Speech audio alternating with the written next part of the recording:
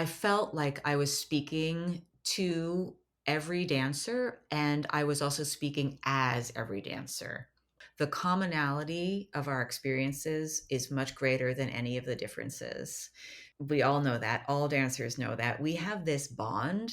We have this common denominator that is in our souls that is just undeniable. We all have that same flame and that same compulsion. And it's really hard to articulate. But that's why when you meet another dancer, you have that instant connection. You instantly feel like you know them, even if you don't. I'm Caitlin, a former professional ballerina turned dance educator and career mentor, and this is the Brainy Ballerina podcast. I am here for the aspiring professional ballerina who wants to learn what it really takes to build a smart and sustainable career in the dance industry. I'm peeling back the curtain of the professional dance world with open and honest conversations about the realities of becoming a professional dancer. Come along to gain the knowledge and inspiration you need to succeed in a dance career on your terms. Hello and welcome to the Brainy Ballerina podcast. I'm your host, Caitlin Sloan, and I am joined today by Gavin Larsen. Gavin was a professional ballet dancer for 18 years before retiring as a principal dancer with Oregon Ballet Theatre in 2010. She was also a member of Pacific Northwest Ballet, Alberta Ballet, the Suzanne Farrell Ballet, and appeared as a guest artist with Ballet Victoria. Her memoir, Being a Ballerina, was published in 2021 and is also our current Brainy Ballerina Book Club pick. So I am super excited to pick Gavin's brain today and just hear all about her dancing journey. So Gavin, can we start from the very beginning today? And I would love to hear, why did you take your very first dance class? Yeah. Hi, Caitlin. Thanks for having me. It's really a pleasure. I've been really enjoying listening to your show. So, why did I take my first ballet class? I have no idea. I really don't. The whole beginning is very fuzzy in my mind, in my memory. I know that I did always just love dancing around the house. Everyone says this, right? As soon as mom and dad put on music, the kids like dancing around the living room. And I definitely did that a lot. And I loved costumes. From a very young age, I loved playing dress up. And so when my folks would have dinner parties or they'd have guests over, I love to go and, pick out my favorite dress from my dress up box and then make an entrance into the living room, like through the double doors, like I was appearing on stage. So somehow I already had this like love of that, the presentation and the stage and the acting and putting on the production and also just moving to music. So I know I took a couple like after school ballet tap combo, in some classroom somewhere, but somehow I ended up in a ballet class and I don't know why. My parents can't remember exactly why, but there was a neighborhood school called the New York School of Ballet. I grew up on the Upper West Side of Manhattan. And so this was just a few blocks down Broadway from where we lived. And they enrolled me, a once a week class there. And at first, I actually didn't like it very much. It was really intimidating. The teacher scared me. I mistakenly wandered into a class that was more advanced. And I was an absolute beginner. And so I don't know, no one stopped me. I went into the wrong studio. I don't know exactly what happened. But so I walked in my first day and like they all knew all these steps and things. And I had no idea what I was doing. So that first impression was one of just terror and like, what? I don't like that. But I kept going back, and I actually think I kept going back partly because my parents had paid for a whole bunch of, a semester or something, and they were like, "We no, you're doing. Come on, you're doing this. We paid for it." And over time, it grew on me, as it does for all of us, and I just kept going and going and going. I never wanted to do anything else. Can you talk more about your training growing up? When did you transition to the School of American Ballet? Yeah, I stayed at that neighborhood studio called the New York School of Ballet, which interestingly was located, it's not there anymore, but it was located in the exact same building and studios where School of American Ballet had been decades previously. I think back in the 50s, 60s, or maybe 60s, 70s. I might have my facts right there. But, I have now seen lots of pictures of, Balanchine choreographing and rehearsing and teaching in those studios. There's some really famous pictures. So I didn't know it at the time, but anyway, it's just sort of neat to know that now. So I was there for a few years and I had started to get more interested in it and like it a lot and was, I guess, showing some aptitude. And my teachers there were telling my parents, well, she's got some potential here. And the school had to close because they lost their lease and it was being turned into a Barnes and Noble, which is what it is now. Yeah. And so, I was 11 then, and the teachers there told my parents, well, if Gavin's interested and wants to keep doing it, you should audition for the School of American Ballet, which was just a few blocks further downtown. And we didn't know anything about it. We don't know what it was, but I went to an audition and got in. So I was 11 and tumbled again, like sort of stumbled into something I didn't know what I was getting into. I'd never heard of SAB. I think my parents knew what New York City Ballet was, but they just knew the name. So I started going, and that led to the rest of my life. It was all like, yeah, just all sort of snowball effect from there. What was your experience like at SAB? How did this time of your training really prepare you for your professional career? It was everything. It was absolutely everything. I remember my first couple years, I was just like wide-eyed about everything. I was 11, I was in 4th division, and most of the girls in my class had been training at SAB since like 1st division. So they were already, quote, veterans. And I was coming in a little bit late. So even though I was only 11, but the most formative immediate thing was performing with New York City Ballet because, all the children at SAB are used in the City Ballet productions. And so one of the first things that happened just a couple of weeks after I started was the Nutcracker audition. Again, all the other girls in my class had done this for years already. And so they knew all about it. And I just sort of tagged along and went in, and I was cast as a Paula Chanel and a baby mouse. And the rehearsal process, then when we got into the theater, being backstage, all of that, something in my head just clicked, in my body, in my soul just clicked, and I knew that was my world. It just felt right, I mean, I know you understand that, and a lot of Yeah. listeners understand that. It's just, this is it. This is my home. Even though I don't think I had that conscious thought, I just felt like this is right. So then the training was like got really intense and really hard. I was used to hard teachers because I actually had at the New York School of Ballet before. I'd had really, the teachers were, it was, a casual sort of a recreational program, but the teachers were, they gave it to us. It was real. So I was used to tough teaching, and I was used to trying really hard. And just my instinct was to give it 150%. I naturally took to that style of teaching at SAB. It was not warm and fuzzy then. I won't say it was particularly nurturing, but my independent spirit and my stubbornness really took okay to that. Though, there were plenty of times where I was like emotionally wounded and I felt sort of intimidated, but I was, yeah, like so stubborn and determined that didn't harm me at all. So I just learned and learned and learned and learned. And the technical training was so good, especially in those like 4th, 5th division years. And then in B1, B2, the like intermediate levels, the technical training got me and all my classmates so strong that by the time we got to the advanced levels, we didn't need to worry quite as much on just building physical technique and physical strength. And then we can really, at like 15, already start thinking a lot deeply about artistry and presentation and performing. Now looking back on it, it's interesting to see sort of those 3 phases of training built into my time at SAB, but it prepared me incredibly well. One thing I will say was lacking from the advanced years there was performance experience, because once I stopped being in the children's roles with City Ballet, in the intermediate advanced levels, I think it's different now, but then there were no performance opportunities really except for workshop at the end of the year. There were these lecture demonstration programs that we did, but I didn't do that until my last year there.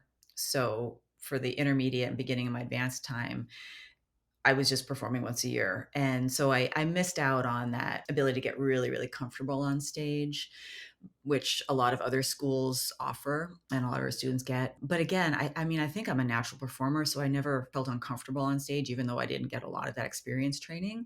It always felt pretty comfortable, and I felt pretty at home being out there. From your senior year at SAB going into your career, what was that process like for you? Did you audition? Were you sort of scouted within the school? I had gone to the Pacific Northwest Ballet summer school. SAB discourages its students from staying at SAB during summer. The thing to do was audition for all of the summer intensives and who's going to Boston, who's going to Pennsylvania Ballet, and who's going to Miami, and who's going here and where. I didn't again like it seems like a theme of my life. I don't know what I'm doing. I'm just going to follow along. Uh, so a bunch of people are going to the Pacific Northwest Ballet audition, and so I was like, okay, that sounds well, fine, I'll go. And I got in and they actually gave me a half scholarship. And I was like, oh, wow, that's exciting. That's cool. So I guess I'll go. I was 14 that year and I went and it was really eye opening because it was so different from SAB in good ways.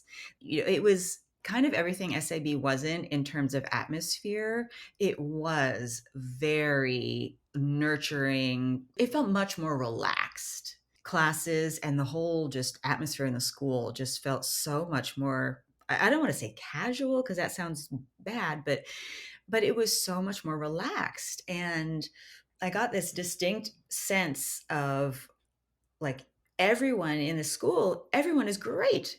And each student, was really made to feel like not coddled, but like you have so much potential and you're great at this and let's work on this. And at SAB at that time, the atmosphere it was much more impersonal and there wasn't a lot of individual feedback or discussion or anything. And I mean, I really felt more like I was on my own, like in terms of like teaching myself with what I was given. And at PNB that summer, it felt really exciting because I could feel my own potential, I guess.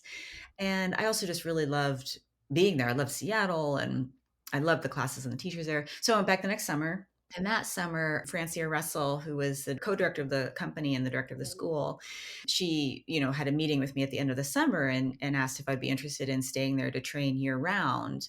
And I said, oh gosh, no, I haven't finished high school yet. I don't want to leave. And she totally understood and said, no, it's really valuable to be able to get high quality training and stay at home through high school years, which, so many students who are aspiring professionals have to leave home really young. And she said, if you don't have to do that, we don't want to make you do that.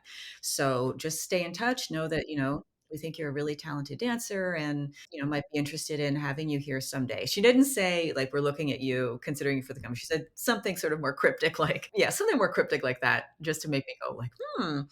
So I went back to SAB and then came back for a third summer to the PNB school. And at the end of that summer, I had another meeting with her and with Kent Stoll, the co-artistic director at the time.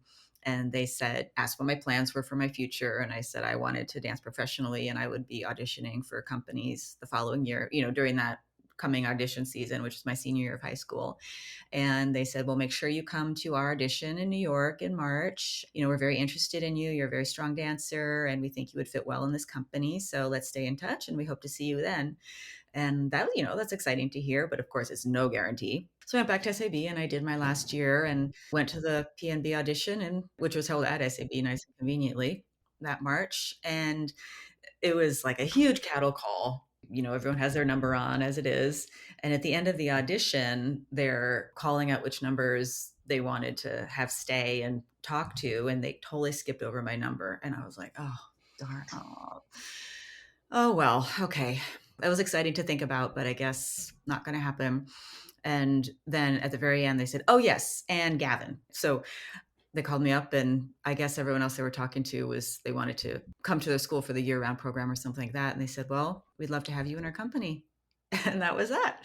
So that's how I found out I was going to be a professional dancer. And it didn't even occur to me to ask, am I apprentice? I'm in the Court of Ballet. When does it start? Anything at all. No questions. Just, okay. They ended up being able to offer me a Court of Ballet contract. I think something shifted with their current dancers. And I just now, it's like that. It's just incredible. I mean, that just so rarely happens. Mhm. But again, I didn't really know how massive that was or what a responsibility it was. But I moved out there to Seattle that summer and started work. And what was that transition like? How did you go from student life to professional life? It was actually a hard transition because, Yeah. like I said a minute ago, I hadn't had very much performing experience at SAB. And I certainly, the class load at SAB year round was not that intense. I mean, we had at the most 3 classes a day. I mean, usually it was just 2 and then some rehearsals if we were getting ready for workshop. So I was not used to dancing all day long. And right away, off the bat, I had 6-hour long rehearsal days plus class beforehand. And I was not ready for that physically or mentally. And it was rough. I remember my first few weeks of rehearsal being like, whoa, what is going on? I was so confused. I was like looking around and my fellow core members, like, wait, you guys, like, what? This is for real? Like, this is it? Like, this is the life? Wait, wait, wait, stop. I mean, I couldn't believe it. I was like, what did I sign up for? I don't know about this, guys. Yeah. It turned out like that was an exceptionally difficult rehearsal period, and it was not always that hard. And even the veteran core members were like, yeah, this is actually much harder than usual. We don't always have this many hours in a row. Don't worry, it's not always as bad.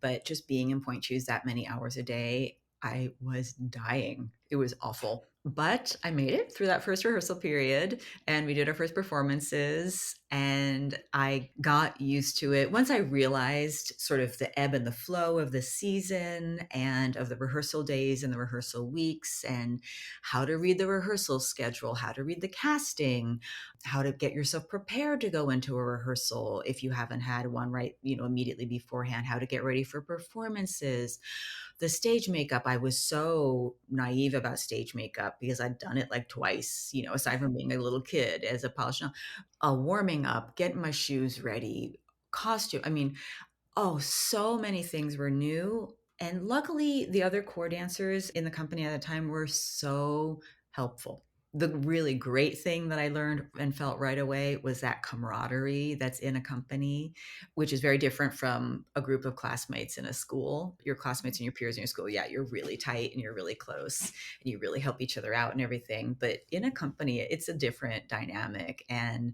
that I felt immediately, and that felt really good and really exciting to be a part of that. I just loved that sense of being part of that team and part of this organization. I was way at the bottom and there's all these tiers and ranks and the hierarchy and they call them ballet mistresses back then still now, but the rehearsal directors and the choreographers and the director and the stage manager and all these different levels and layers of people doing different things for the same product and for the same reason. That team spirit just like welled up inside me and I just loved that pride. It was really exciting to feel so proud of being part of something even though my part was pretty small at that time. How long did you stay with Pacific Northwest Ballet? I was there for 7 years. Yeah, great, great, great time. Obviously, has its ups and downs. Everything in life has its ups and downs, and there were high points and low points, but it was incredibly formative. And, now that I'm looking back on my whole career, I'm really grateful that my first company was a big one. I learned right away like what it's all about and how it's supposed to be, the big time, so to speak. It wasn't New York City Ballet, but a big company. There were like 50 dancers. We toured, productions were huge, and the organization was huge. And so I got to see the way everything worked organizationally right away. And, feeling part of a really big organization was great. I learned everything. But, I was also really ambitious. I didn't want to be in the corps de ballet. And that was not just because of a sense of pride and like wanting to have a fancier title than corps de ballet dancer.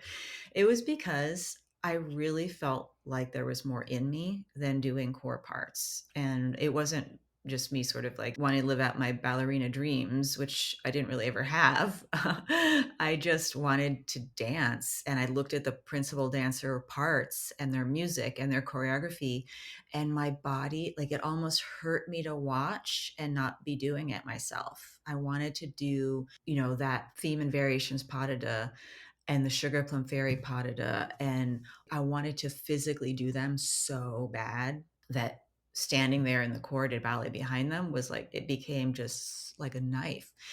And I started to get some solos here and there, got some nice little parts and, a couple of standout features, but That was always just like a once in a while thing. It didn't become regular, and I saw that other dancers that did get promoted eventually throughout the company, sort of the pattern was, you get a kind of a solo, and then it's not just like, okay, that was that. Then another one comes and another one comes and they kind of build. And for me, it seemed like every so often they would toss me a solo part just to be sort of reward me for being a loyal core member, for working night, being nice and reliable. It wasn't a trajectory that I was on. My friends, they sort of encouraged me to said, you should audition for other companies. Why not? You have a good resume here. You've got a lot good credentials now. You've been in PNB for a while, and so I did.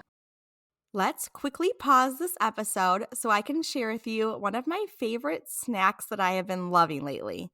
As a busy dancer, educator, and mom, I am always looking for a snack that I can throw into my dance bag that will be quick, convenient, and provide lasting energy.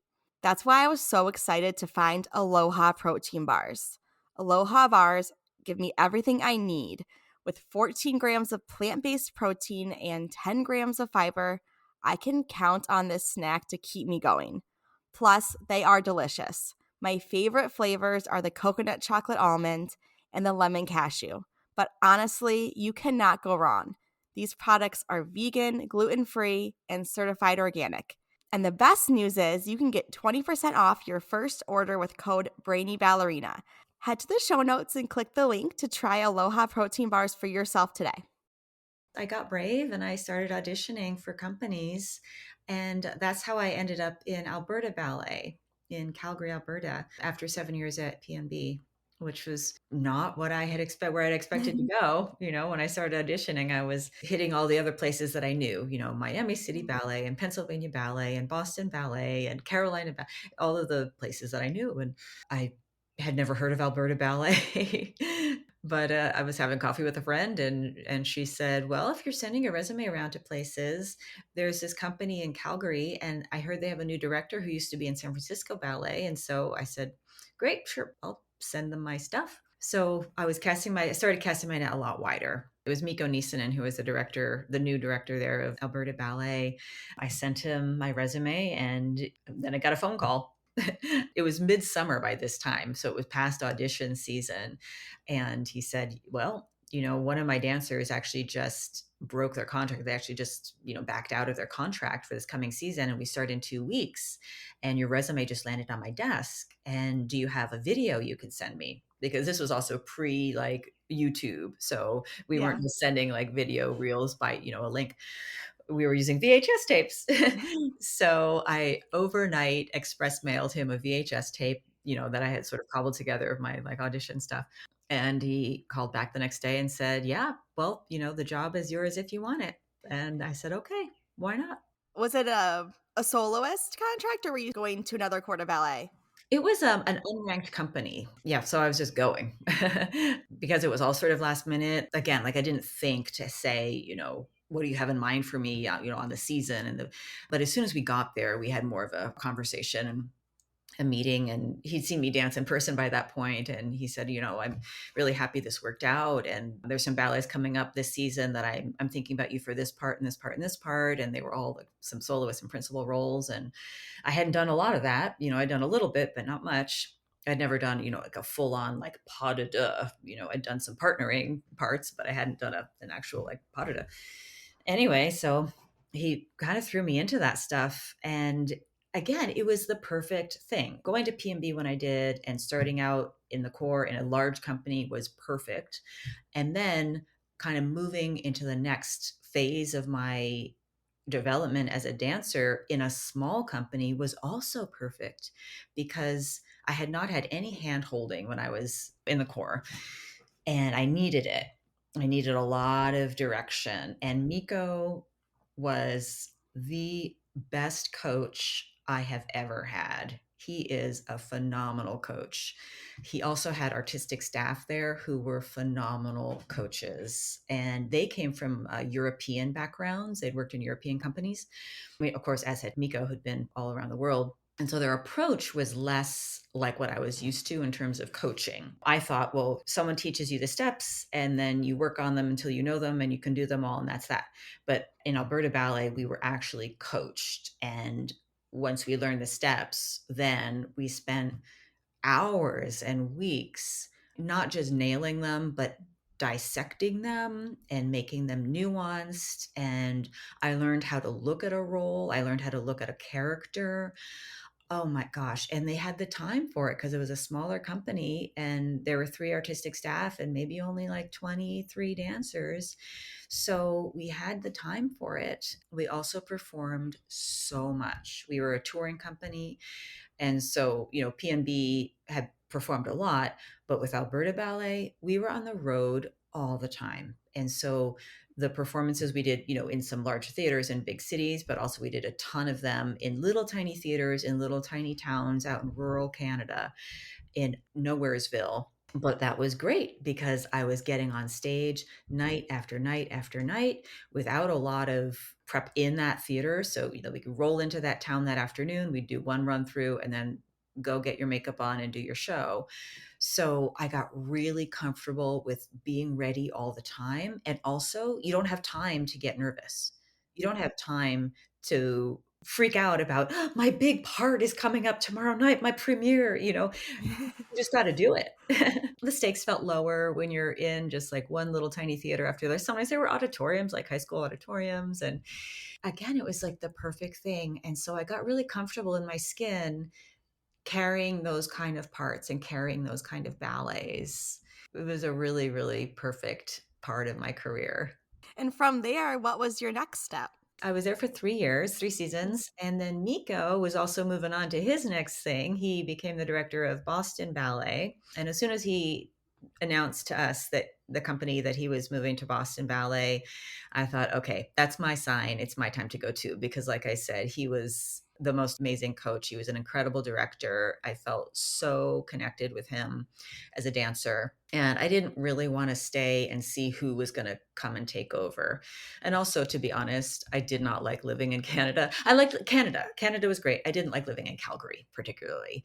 Like, the winters were so brutal, and I wasn't like, "Oh, I love it here so much." And you're a New Yorker, like, you didn't come from Yeah. the South either, so that's a lot to say. Exactly, exactly, right. I had some tough winters in New York, so I was used to that, but the Canadian winter was even more. Oh my gosh. I remember the first time it hit, like a solid several weeks of way below freezing every day, and, like, yeah, I'm sure you know this from the Midwest, you go outside and your nose hairs freeze. Yep. That the first time I experienced that, I was like, "Oh my gosh, this is crazy. This is insanity. How does anyone deal with It's this?" brutal. Yeah, yeah. So again, I started that whole audition process. This time I cast my net really wide from the beginning. I think I had DVDs by now. I think technology had advanced to DVDs. And I sent them out. And Miko was great. He really helped me. He has so many connections and he talked to a lot of directors and, gave me recommendations and so on. But it was right after 9/11. It was the 2001 2 season, and a lot of companies were kind of in not lockdown like COVID lockdown, but sort of in this like psychological freeze, not knowing like what's going to happen with our economy. And just like our whole national psyche was suddenly changed, and the performing arts suffered for that. And a lot of companies weren't hiring, got a lot of great feedback and so on, but they either weren't hiring, or, and now this is kind of a, I don't know, boohoo problem to have, but a lot of them did say we only have core positions. And at that point, I didn't want to go back and take a core position. So a couple of them said, "Well, I'd love to hire you, but we don't have a soloist right now. And, I don't want to offer you a core position or apprentice or anything like that." So I ended up moving back to New York. And thank heavens, my parents have never, ever told my sister or I, once you're out of the house, you're out of the house. My mom in particular was always like, "Just come back home. Just come home. That's fine. It's always home." And New York, what better place to be a freelance dancer than New York City, right? So I did. I packed up my Calgary stuff and I moved back to New York. I moved back to my parents' apartment and I spent a year freelancing. And that's when I did the Suzanne Farrell Company. I think it was only like 6 or 8 weeks of a season that year, but I did that and that was fantastic. And I spent the rest of that season taking classes all over town. I studied a lot with David Howard, and I worked with some independent choreographers. I did a whole bunch of Nutcracker gigs. And I actually went back and I guested with Alberta Ballet for a couple of programs. But I did start to feel like, okay, so I tried out this freelancing thing and it's great. It has its pros. Like there's things about it that I really am enjoying, but I also want the stability and kind of the structure of a company. Amazing turn of fate. I was walking down Broadway one day and I saw a man walking towards me and I knew he looked familiar, but I couldn't place him. I couldn't place the face, but we stopped and he said, "Oh, hi, Gavin." And realized right away that it was Christopher Stoll, who is the son of Kent Stoll and Francia Russell, who had been my bosses in my very first company in Seattle. And I knew him just so slightly because he would, come and visit them, of course, in Seattle and take class with PNB. And I mean, maybe we'd said hi a few times. So he probably knew me better than I knew him. And we stood there chatting and I asked what he was up to. He asked what I was up to. And he said that he was in the running to be the director of Oregon Ballet Theatre. So they were in the hiring process. I guess he was like one of the short list candidates. And he said, "Yeah, well, if I get the job, I'm probably going to be looking for some dancers. So let's stay in touch." That was in the fall, I think, of that year. And I kind of forgot about it. And then in the winter, it was announced that he had gotten the job. And I can't remember now if I got in touch with him or if he got back in touch with me or how that all played out. But he ended up hiring me and I moved to Portland. It was in 2003 then. For that 2003-4 season was my first one there. And what was that experience like going back into a company? And were you at this point, was it an unranked company as well? It was unranked. And by now I was sort of experienced enough to know what questions to ask. And so before I just said, "Yes, job, great, I'll take it." We did have some conversations and he saw my resume. He knew what I danced and had seen my videos and so on. And so we talked about what I was looking for in my third company and the kind of things I was hoping to dance. And he told me about the ballets that were planned for the coming season and the parts he envisioned me for, and they all sounded great. And I said, "Well, I'm a little nervous about heading into another unranked company." And I think he's sort of said, "Well, it's, technically unranked, but it's not my desire to keep it that way always. And I don't intend to have it be a completely sort of, socialist type of company where we're all the same. I really do envision a company where without contractual rankings, we do have our different places that we fit in." And so that sounded great. And I trusted him right away. I just got this really great feeling from Christopher. And my gut turned out to be right. I know I said a minute ago that Miko was the best coach I ever had, but Christopher and him are probably on par. He was just phenomenal at seeing what was possible for them, what they're capable of, and drawing it out of them and helping them fulfill it. And I loved working with Christopher. He was a fabulous teacher. He taught company class, and I have notebooks full of his classes because they were just so good. And the way he taught and coached, it was like really empowering. He had the gift, or I'm sure still does, the gift of giving a dancer a sense of their own power. I felt trusted right away, which was really exciting, feeling that trust. And plus, I had experience by that point.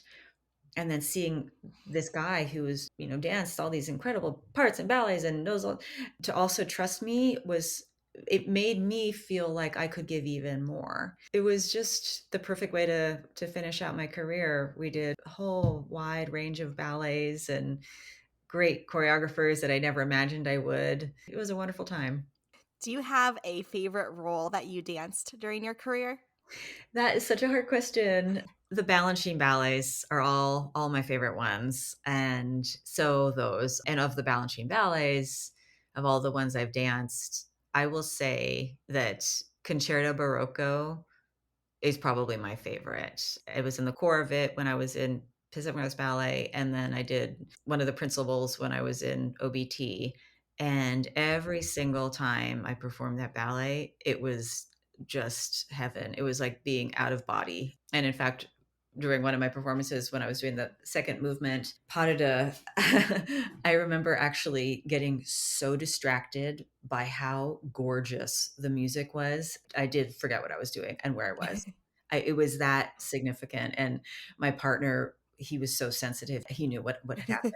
I was like so just taken away. And he kind of like nudged me into the next step or whatever. And I figured out, but that's just how transcendent it is to dance. So that and then serenade too. Your soul just wants to explode doing that ballet. And I mean, I did so many different parts in serenade too. I was in the corps, I was one of the demi soloists, and I did the waltz girl principal part. And so I feel like I've been around those ballets and I can just, yeah, inhabit them. So those would be my favorite ballets. If I could dance any ballets again, I would pick those. Do you have a ballet that was the most challenging or a role that was the most challenging for you? Interestingly, I think the hardest ballet I've ever danced was another balancing ballet, Allegro Briand. I did the core, one of the core parts, or they're not really, I mean, there's a four core women, so it's really more like they're really soloists for my workshop performance at SAB and loved it. The music is, again, it's like so fabulous. And then when I was in Alberta Ballet, I did the principal part and it is just so hard. It's gorgeous and it's like thrilling, but it is so hard. I mean, technically super hard and like stamina, energy wise, super hard. I mean, every single time I had to do it, I felt like I was going to die and had trouble technically because it was just so physically hard. So, unfortunately, that kind of tinged my memories of it. I still love it, but that might have been the biggest challenge. Mhm. Yeah. How did you know when it was time to retire from performing? I think it was an evolution. I think I knew it deep down before I acknowledged it. And the last like 2.5 years of my career, I did start to have a lot of nagging injuries. I had two ankle surgeries. The first one was actually right like a year after I joined OBT. I had an ankle surgery and that one healed up just fine, no problem. Like I was 100% back. But then in 2008, I had a really weird, unusual ankle injury. It was like a sudden thing. It happened when I was taking class on stage. My retinaculum like popped, detached off of my ankle bone, and it was like awful. And then I did like immediate surgery. I was in like a plaster cast for like a month. Coming back from that one was the first time where I felt any doubt in my physical ability to do it, to dance. That was the first time in my life I'd felt that sort of, oh, wait, I do feel weak. And that was scary. And I think that also did a number on my mental strength. It was like the first chip in my feeling of invincibility and ability to bounce back. I'd always felt really physically strong. And that was the first time I didn't. So I think that was when I started to think about, oh my gosh, yeah, those things people tell you about you're not going to dance forever, it's actually true. So that just sort of evolved. It was like a little seed that was planted. And I did come back from that second ankle surgery and I, resumed doing lots of parts and things and danced a bunch. But then during the 2008-9 season, when I did come back, the pain never fully went away from that ankle. Other sort of auxiliary problems sprung up from that. Like I got a hamstring tear because of my ankle injury. I started to have neck problems. There was always something. And the little somethings that start to nag, they're always nagging you as a dancer. It seemed like they never really went away. An injury would never really heal. And I realized I'm spending more time and more energy and more focus on maintaining my body and just being ready to dance than I am on what I'm dancing. The balance was getting off. And there were so many mornings when I went to the studio to take company class and I stood there thinking, I don't know if I can do this. I don't know if I have the mental energy to summon up the physical energy again and again and again. And inevitably, you get rolling, you get through your day, and I get through it. But those moments of like, oh my gosh, I don't know if I can do this, or do I want to do this? They became more and more frequent. So I think I knew it was coming. And I also started to have these like almost fantasies of not having to dance anymore. Isn't that weird? No, I had the same thing. Yeah. Did you? Mhm. When you're younger, you have these fantasies of dancing and doing this part and that ballet, da, da, da. And I started to like think, wow, it would be incredible to not have to put point shoes on today. It would be incredible to go and sit at a desk today instead of at the Yep. studio at the bar. Yeah, so, it was, Christopher and I at that meeting, and And he said, let's think about the future. And I said, yeah, good idea. And so then I didn't feel sad. I was so relieved knowing, yeah, it was a relief. I feel like sometimes, it's like that knowing that you've made that choice is such a relief. Did you keep feeling that after you retired, or did you have the identity crisis? What was that experience for you? A little bit of both, honestly. Yeah, the first couple years afterwards, I stayed really involved with OBT. I was teaching in the school a lot, and I was the children's rehearsal director, so I was, like, coaching all the kids for Nutcracker and stuff. Oh, and I did some administrative work too for the, like, artistic support, so I was really heavily involved, and my body wasn't totally done dancing. It was done dancing, like, that much and that high a level, but I still took class every day for, like, 2 years. Mm, And I still, I mean, took class on point even. wow. I felt like this tearing, like I'm yearning, like I want to be able to still do it, but just not like that. And it was really conflicting and really hard. Honestly, it was really hard. But that's like I wanted it, but I didn't want it. That awful Mhm. conflict. Then, gradually my body stopped wanting to do it so badly because, like, I stopped taking all of class and I stopped taking class every day. And then one day I was still, trying to do center on point, and I was put my shoes on and I was like doing some releves, and I just suddenly felt like I didn't have it. I didn't have that precision anymore on point. And I was like, well, I'm not going down that road of being that old lady still strapping on her point shoes, not really doing it very well. And people look and say, oh, yeah, she used to be good. I was like, no way. My pride was too strong for that. So I was like, okay, no more point shoes, no more point work. I'll just take class. I'll do what I can. I'm only going to do what I feel I can still do well. Gradually that got to be less and less. And it was okay, and then again, when I stopped making myself go to class every day, it was this relief, and I thought, "Wait, why was I just making myself, was it just a point of pride?" And, yeah, when I was finally able to be like, "Well, why am I going to class every day when I don't have to and I don't want to? Mhm. Okay, Gavin, like, wake up." And so that was another relief, and I got more and more into other aspects of the ballet world. I got really passionate about teaching, and the incredible coaching that I had had really came back, and I felt this strong desire to coach other people the way I had been and to teach other people the way I had been taught, and then also to start to write about it. I'm not going to lie, I mean, sometimes it was a long time. Now I think I can sit and watch a performance and not yearn to be on stage, but it was a long time before I could. And now I can appreciate, but it's been 15 years. I mean, Mhm. it did take me 15 years to be able to get to this point, but I would say for 5 or 10, I almost begrudgingly watched performances because I wanted to be able to do it. Yeah.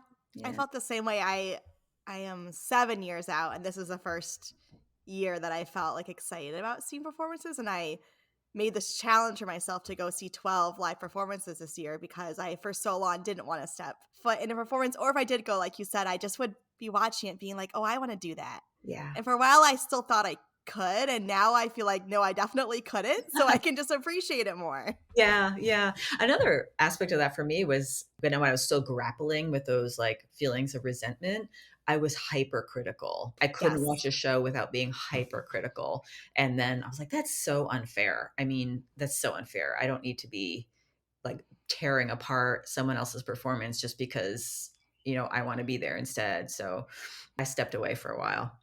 Yeah, I can really relate to that. Yeah.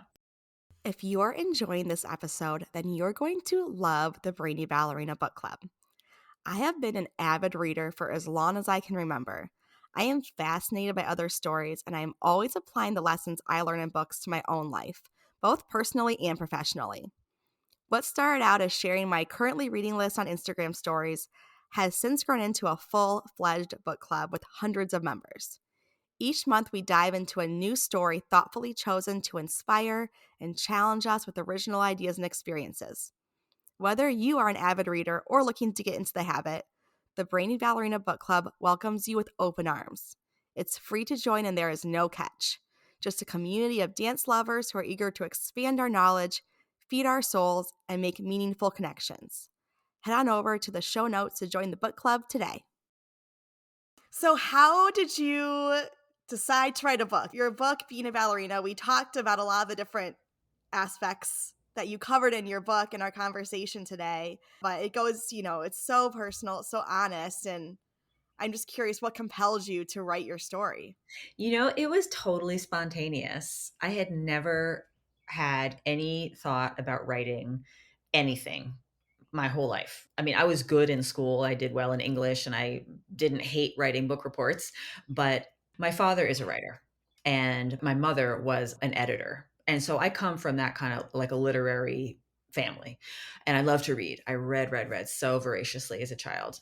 But I never entertained any notions of being a writer myself, ever. So when I started to write, it was completely spontaneous. I had retired just a few months before. And like I said, I was still heavily involved with OBT. And so I was on the premises every day and I was teaching in the school. And one day I had finished teaching a school class and I was walking out of the building and I walked past the studio where the company was rehearsing. They were in the middle of a rehearsal for The Rite of Spring, a production that Christopher Stoll had choreographed, I think the season before. And I had been in the original cast. So I stood there watching through the studio window, watching the dancers rehearse, and this amazingly vivid physical feeling of myself being in there just flooded over me. And it was like this weird like a physical deja vu. I could feel being in there again, not just remember it. And I stood there watching them, and I just had this incredibly intense urge to write about it. I made a beeline home. I opened up my computer and I sat there and I wrote this essay about the Rite of Spring. And that was it. I wrote it in one sitting, and it's now a chapter in the book. It's called The Human Monolith. And it was the first one I wrote. That was that. It was a one-off. It wasn't like, okay, now I'm going to write my book. I still had no plans to write a book, let alone a memoir. But what did happen through writing that one essay about the Rite of Spring was I realized how many memories I had that were so vivid and I thought so poignant that were going to be lost if I didn't take them out of my brain and put them somewhere safe. They need to be safe kept outside of my head. And I kind of vowed to myself, I'm not going to like sit down and force myself to try to think of something to write about. But every time I have a memory, like a nostalgia moment, I'm going to write it down. And so I started capturing these little, I call them snapshots, these little snippets of memories and of experiences.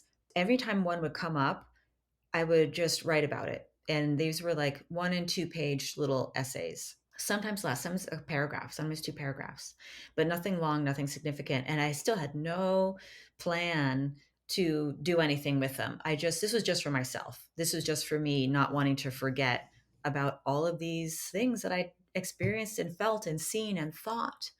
And I just started collecting more and more of these.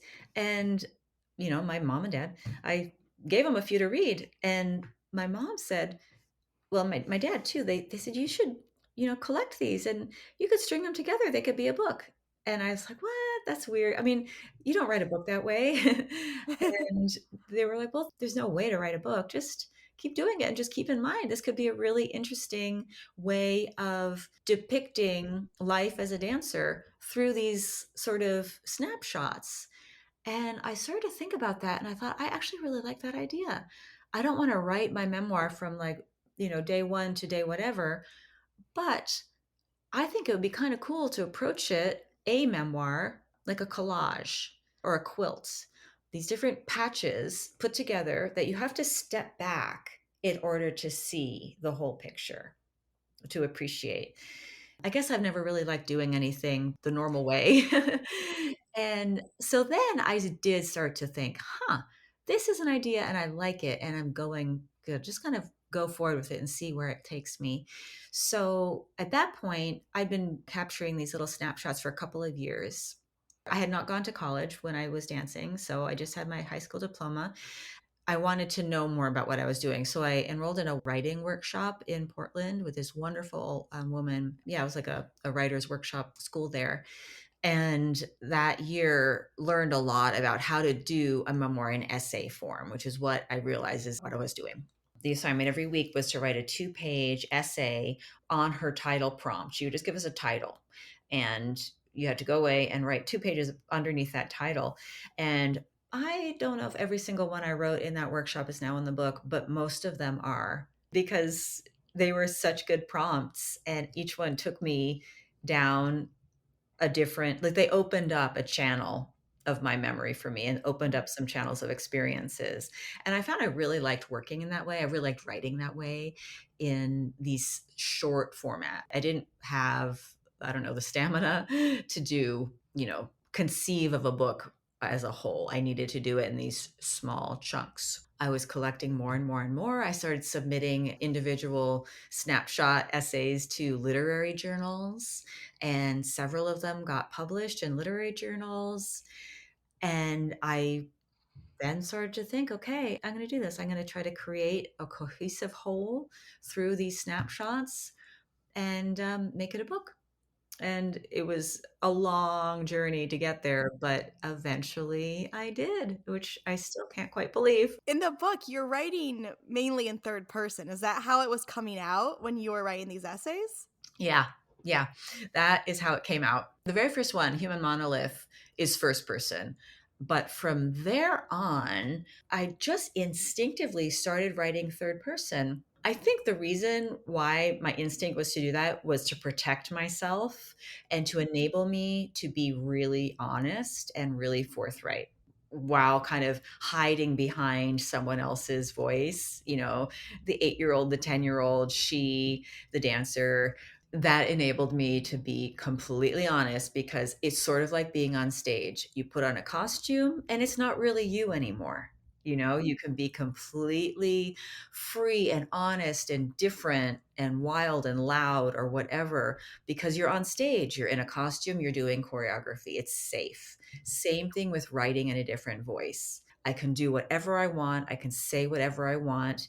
It's all factual. I mean, every single thing in this book is true and happened to me, but I could be that true because I was sort of pretending to be someone else, sort of pretending to tell someone else's story, even though it was only my own. Did any of the stories surprise you as they emerged? I don't think any of them actually surprised me, but what surprised me was how many of them emerged, how many of them there were. It was just like the bottomless cup. There were more and more and more and more and more. And one would trigger another, and one would, then that would lead another one. Then some of them are compilations, like some of the sections, it's not like one actual memory, it's sort of like a pastiche of different experiences that I did artistically, took an artistic license and put together to make a scene, to make a scenario. But that astounded me. It was like limitless, limitless material. And we all have that. Everyone's life has that. Just stories are everywhere. They're just in every single recess of your brain and your body and your experience. That remains really fun and exciting for me. Every time I feel like I'm stuck with writing, I think, well, just there's stuff there. It's just hiding behind a Mhm. corner right now. What do you hope dancers who are reading your book are going to get out of it? Oh, so many things. Well, first of all, I hope they see themselves, because, like I said, I didn't have an aim when I started writing it other than like safeguard these memories. But then as I started to do it, I felt like I was speaking to every dancer, and I was also speaking as every dancer. The commonality of our experiences is much greater than any of the differences. We all know that. All dancers know that. We have this bond. We have this common denominator that is in our souls that is just undeniable. And yeah, the specifics of our experiences differ greatly. And, how we approach our careers are all different. But at the bottom, deep within our souls, we're all the same. We all have that same flame and that same compulsion, and it's really hard to articulate. But that's why when you meet another dancer, you have that instant connection. You instantly feel like you know them, even if you don't. And as I was writing these experiences, I was like, this is everyone's experience. That's another reason why I wanted to keep going in the third person voice or the second person voice, because I wanted it to speak to everyone and not have the reader think that they're just reading Gavin's story. This isn't just Gavin, this is everyone's story. One of the early titles was The Everyday Ballerina. I wanted to impress upon readers that this is all of us. So I hope that readers get that feeling of like camaraderie, going back to that feeling of camaraderie I felt in all the companies. It's so strong and it's so beautiful and it's so eternal that I hope they feel that in reading this book, feeling a sense of oneness of all of us, our tribe, our tribalness. So that, and then I also hope they find parts of it funny and relatable, and maybe they can feel braver themselves to take risks in their careers and feel comforted that the traumas that I experienced and that I wrote about, that they're universal too, and that they're not the only one feeling those things and struggling with those things. And then the moments of triumph and the moments of glory and exaltation that we all feel too. It's like, it's fun to relate to someone else with that, those feelings of ecstasy on stage. It's fun to read someone else's feeling. Yes, I know what you mean, I know it. And then for non-dancers to read it, I want them to get a real honest feeling for what it means to live the dancing life, because the movies, the TV shows, the novels about ballet, I think, do a huge disservice to the life of a dancer and to the meaning of being a dancer. So that's also part of my mission with this book and with other writing that I do in the future, to portray a real, not just like a look at it, but to try to bring the reader right inside the body and the brain of the dancer without the sugarcoating, without the melodrama, without the ancillary, unrelated aspects. Yeah, I want them to feel like what it's like to be in a tutu on stage with the lights on you. I really felt that reading your book, and I think that's why I loved it so much, because reading it took me back to my experiences so much. And I think as you get farther away from your time in a company or performing, you start to gaslight yourself like, oh, the trauma wasn't really that bad, or the highs weren't really that high. And then I'm reading your book and I'm like, no, it really was that special. And yeah, someone else gets it because you're in this kind of bubble for so long where you're with other dancers all day. That's what you do. And then all of a sudden your life is completely different. And the majority of my time is not spent with other dancers. And so you just kind of start to forget that feeling. And it brought me back to that moment. And that was really very special Yeah. when I was reading your book. I'm so glad to hear that. That means so much to me, because reaching on that level other dancers like you, yeah, I mean, that's everything. I'm so glad. What's next for you in your career? What do you have coming up? Wow. Well, more books. Actually. Yeah. Yeah. Yeah. I do have another book coming out. It's not a sequel, though I might do that in the future. This one is a collaboration with the dance photographer, Gene Schiavone. Gene was ABT staff photographer for 20 years, and he retired right around 2020. And he's got, thousands of images in his archives. In addition to photographing ABT for 20 years, he's photographed all these other companies around the world and galas and students. So he has this huge archive, and realized that he wanted, just like me, wanting to collect my memories of dancing, he wanted to do something more meaningful with his images and with the dancers that he had really connected with over those years than something more meaningful and lasting than a coffee table book of pretty pictures or boxes full of prints or hard drives full of files. So he started thinking about a book that would tell the stories of the dancers that he'd photographed. Yeah, pairing their stories and words with their pictures. But, he also realized right away he's not a writer. So he approached the University Press of Florida, who published my book, with his concept. And they put him in touch with me, thinking that my writing might appeal to him and my approach. So he read my book and it did speak to him. We talked and he told me about his idea and I immediately loved it. I thought that floats my boat. I love talking to dancers. I love finding out about their lives and our points of connection, our points of commonality. And yeah, again, like drawing out our common threads.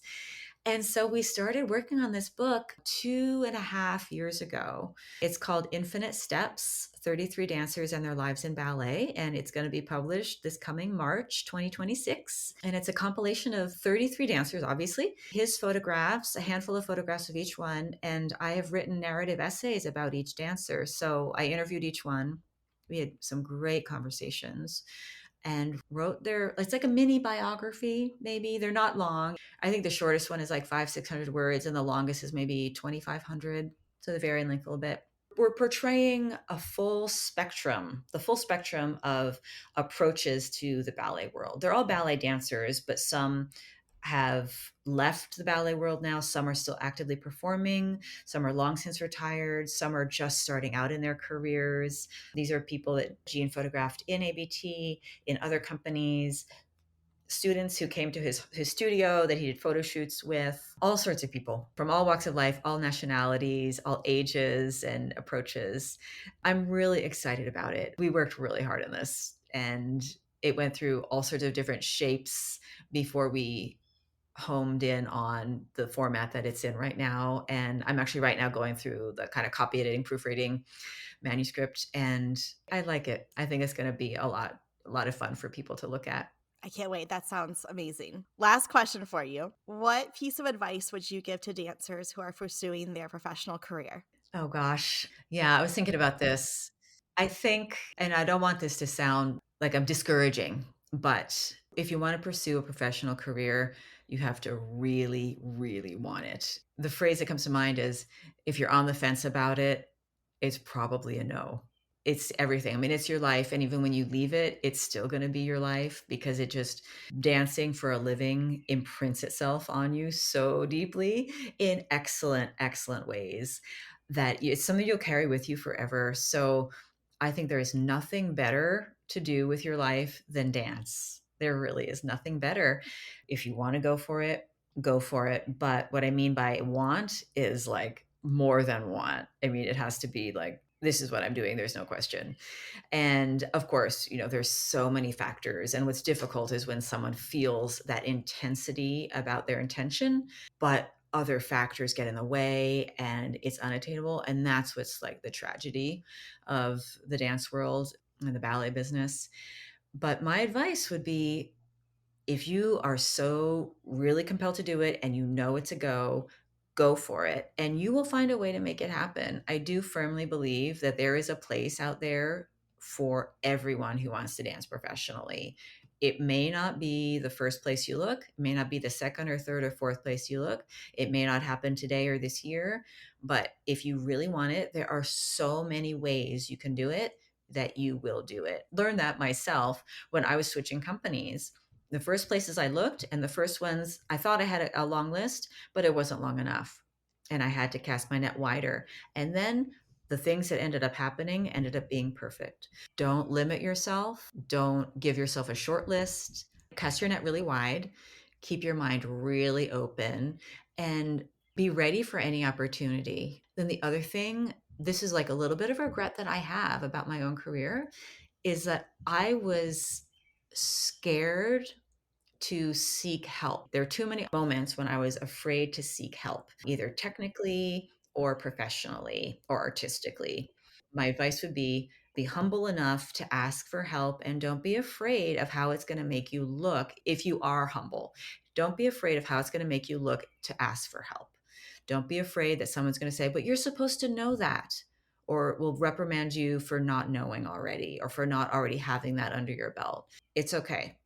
And if someone reacts that way, move on to somebody else, because there were a lot of things I could have learned earlier if I had had that bravery and hadn't been so nervous that I was supposed to know it already. That's my advice. And then the rewards will just be infinite. Yeah, I love that. Mm.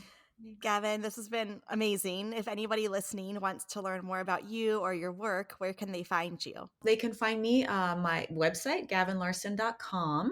And then I write on Substack now. So you can follow me on Substack and get, a few times a month, I send out some essays stuff I'm working on, sometimes just newsy things. Sometimes I experiment with different pieces of writing and I send them out, try it out with my Substack readers. I'm on Instagram, I'm on Facebook, and I'm on LinkedIn, I'm all the social networks. Yeah, and then keep your eyes out for a new book coming out next year. Amazing. Thank you so much for this, Gavin. It was so wonderful to talk to you, and I really appreciate your time today. Thank you so much for having me. It's been a really great conversation. Thanks, Caitlin. Thank you for tuning in to the Brainy Ballerina podcast. If you found this episode insightful, entertaining, or maybe a bit of both, I would so appreciate you taking a moment to leave a rating and hit subscribe. By subscribing, you'll never miss an episode, and you'll join our community of dancers passionate about building a smart and sustainable career in the dance industry. Plus, your ratings help others discover the show too. I'll be back with a new episode next week. In the meantime, be sure to follow along on Instagram at The Brainy Ballerina for your daily dose of dance career guidance.